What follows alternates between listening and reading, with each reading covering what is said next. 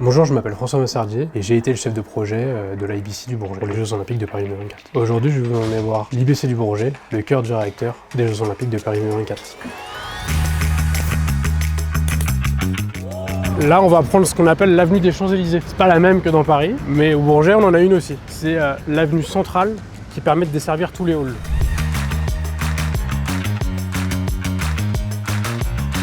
Pendant les Jeux Olympiques, le hall 1 servait de stockage pour les plateaux télé. Tous les pays étaient ici et c'était plutôt sympathique de voir les athlètes défiler, le lendemain d'être à la télé où on pouvait voir les épreuves qu'ils étaient en train de faire et revenir après pour les épreuves par équipe, c'était plutôt sympathique. Sur site, il y avait plus de 10 000 personnes en tout par jour. Alors, dedans, il y a évidemment les techniciens, les régisseurs, les journalistes. Et pour faire vivre tout ce monde-là, dans ce hall-ci, le 2B, on avait ce qu'on appelle la marketplace avec toutes les commodités. On a ramené toute l'activité à l'intérieur du parc des expositions.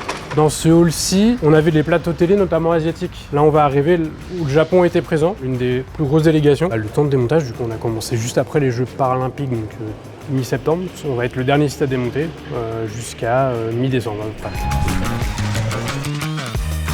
Pendant les Jeux Olympiques, les journalistes étaient ici et étaient autosuffisants grâce à la marketplace. Et ils avaient juste à côté, ce qu'on peut voir là-bas, le village média, qui leur permettait de dormir à proximité du site, ce qui était quand même un confort pour eux.